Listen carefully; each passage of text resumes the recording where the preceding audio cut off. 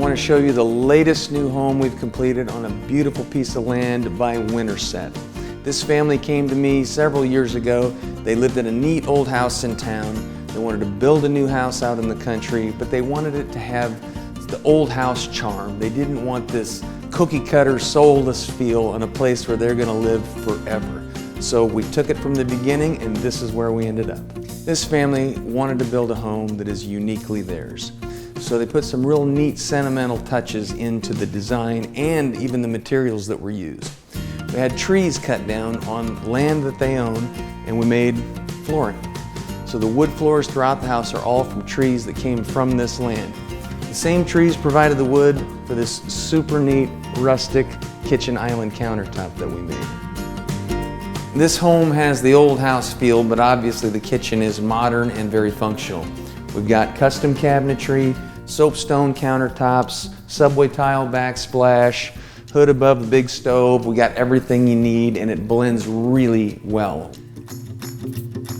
It was interesting when we had the floors made for this home, because it came from trees that were on this property. There's definitely a sentimental value, and each piece was more valuable than if we would have just bought it in boxes from the store. So we kind of embraced just all the flaws. A lot of times when people have natural materials, they just want it to be a little too perfect, right? We don't like the different grain, we don't like knots. Well, on this floor, we just embraced all of it. We've got different species, we left the wormholes, we've got big knots, and we filled some of them with epoxy, but there's flaws everywhere. But this is the true natural material. It is what it is, and there's no other piece just like it, and it turned out amazing. Another neat feature with sentimental value is this fireplace. All these stones were picked up in the field of the owner's family farm. He hauled them here, and then the masons put it all together, and it's like a piece of artwork when they do it. There's no pattern, they just go by feel. You got the big white one stuck up here. This one isn't centered. It's one of a kind. You couldn't do it again just like this if you tried. Something else we always saw in old houses was windowsills. We did the sill in the apron style with normally just the big wide flat trim. You don't see that too often in new houses, but in keeping with the whole spirit of the old house charm, we did the 1.25 inch thick windowsills, wide casing, and a real interesting but simple detail across the top. And if you thought the floors on the main floor were unique, upstairs is to a whole nother level. Same thing, the wood came from trees on this property, but up here we just blended all these different species of wood. We have oak, ash, hickory, maple, and locust. Put it together with no particular pattern, sanded it, put a clear finish on it, and it is truly amazing. The master bathroom is kind of a neat combination of retro and modern also. We've got the deco tile pattern in the floor, marble countertops, oak cabinets, and a real nice walk-in shower.